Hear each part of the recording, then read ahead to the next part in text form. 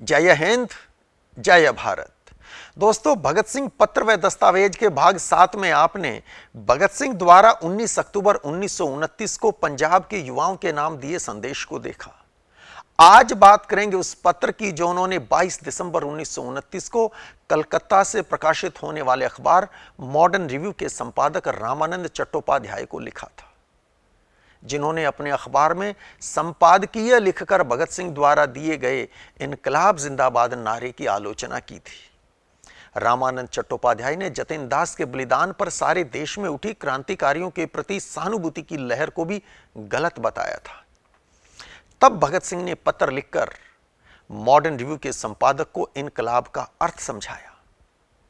इस पत्र में भगत सिंह ने लिखा, श्रीमान संपादक जी, मॉडर्न रिव्यू, आपने अपने सम्मानित पत्र के दिसंबर 1929 के अंक में एक टिप्पणी इनकलाब जिंदाबाद शीर्षक से लिखी है और इस नारे को निरर्थक ठहराने की चेष्टा की है। आप जैसे परिपक्व विचारक तथा अनुभवी और यशस्वी संपादक की रचना में दोष निकालना और उसका प्रतिवाद करना, जिसे प्रत्येक भारतीय सम्मान की दृष्टि से देखता है, हमारे लिए एक बड़ी धृष्टता होगी। तो भी इस प्रश्न का उत्तर देना हम अपना कर्तव्य समझते हैं कि इस नारे से हमारा क्या अभिप्राय है। दोस्तों, भगत सिंह अपने आलोचक के प्रति भी पूरा सम्मान दिखाते हुए अपनी बात कहते हैं। देश का दुर्भाग्य देखिए कि अंग्रेज तो अंग्रेज, मॉडर्न रिव्यू के संपादक रामानंद चट्टोपाध्याय जैसे भारतीय भी उन निस्वार्थ बलिदानियों की निंदा करते थे। क्रांतिकारियों का महायुद्ध केवल अंग्रेजों के विरुद्ध नहीं था, बल्कि बहुत से भारतीयों से भी लड़ना पड़ रहा था। भगत सिंह ने लिखा, इनकलाब का यह अर्थ कदापि नहीं है कि सशस्त्र संघर्ष सदैव जारी रहे और कोई भी व्यवस्था अल्पकाल के लिए भी स्थायी न रह सके। उदाहरण के लिए हम यतीन्द्रनाथ जिंदाबाद का नारा लगाते हैं। इससे हमारा तात्पर्य यह होता है कि उनके जीवन के महान आदर्शों तथा उस अथक उत्साह को सदा सदा के लिए बनाए रखें, जिसने इस महानतम बलिदानी को उस आदर्श के लिए अकथनीय कष्ट झेलने एवं असीम बलिदान करने की प्रेरणा दी। यह नारा लगाने से हमारी यह लालसा प्रकट होती है कि हम भी अपने आदर्शों के लिए अचूक उत्साह को अपनाएं। कितनी खूबसूरती से भगत सिंह ने अपनी बात कही थी। वे आगे लिखते हैं, इनकलाब का अर्थ अनिवार्य रूप से सशस्त्र आंदोलन नहीं होता। बम और पिस्तौल कभी कभी क्रांति को सफल बनाने के साधन मात्र हो सकते हैं।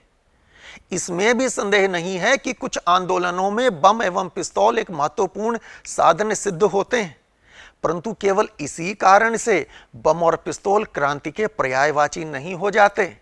क्रांति का अर्थ प्रगति के लिए परिवर्तन की भावना एवं आकांक्षा है।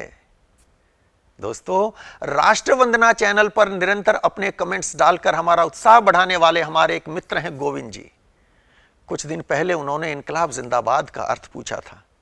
गोविंद जी, भगत सिंह द्वारा इनकलाब की दी गई ये व्याख्या आपको जरूर पसंद आई होगी। यह बात सही है कि Bhagat Singh utopian non violence अर्थात काल्पनिक अहिंसा के समर्थक नहीं थे, लेकिन इसका यह अर्थ निकाल लेना कि वे हिंसा के समर्थक थे, सरासर गलत और उस महान विचारक और सच्चे क्रांतिकारी के साथ क्रूर अन्याय होगा।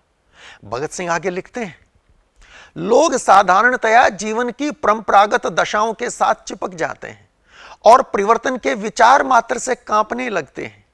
यह अकर्मण्यता की भावना है, जिसके स्थान पर क्रांतिकारी भावना जागृत करने की आवश्यकता है। क्रांति की इस भावना से मनुष्य जाति की आत्मा स्थायी तौर पर ओतप्रोत रहनी चाहिए, जिससे कि रूढ़िवादी शक्तियां मानव समाज की प्रगति की दौड़ में बाधा डालने के लिए संगठित न हो सकें। याद कीजिए, 35-36 साल पहले जब कार्यालयों में कंप्यूटर का प्रयोग शुरू हुआ तो बहुत से पढ़े लिखे लोगों ने भी इसका विरोध किया था, और आज गरीब से गरीब व्यक्ति के पास भी स्मार्टफोन मिलता है। परिवर्तन के विरुद्ध शुरू के इसी इनर्शिया की बात भगत सिंह कह रहे थे। वे आगे लिखते हैं, यह आवश्यक है कि पुरानी व्यवस्था सदैव न रहे और वह नई व्यवस्था के लिए स्थान रिक्त करती रहे, जिससे कि एक आदर्श व्यवस्था संसार को बिगड़ने से रोक सके। यह है हमारा वह अभिप्राय जिसको हृदय में रखकर हम इनकलाब जिंदाबाद का नारा ऊंचा करते हैं। कमाल है, 21 साल की उम्र में विचारों में ऐसी परिपक्वता और कहीं देखने को नहीं मिलती। यह था भगत सिंह के इनकलाब का अर्थ। मॉडर्न रिव्यू के तत्कालीन संपादक को यह समझ में आया या नहीं, कोई बात नहीं। आइए हम समझें और सबको समझाएं। भगत सिंह की तस्वीर दीवारों पर टांगने से कुछ नहीं होगा। आवश्यकता है उस युग दृष्टा का आदर्श हमारे हृदय में हिलोरे मारता हो, तभी यह देश, यह समाज आगे बढ़ेगा। आज के लिए इतना ही। यह जानकारी आपको कैसी लगी कमेंट बॉक्स में लिखकर जरूर बताइएगा। जय हिंद, जय भारत।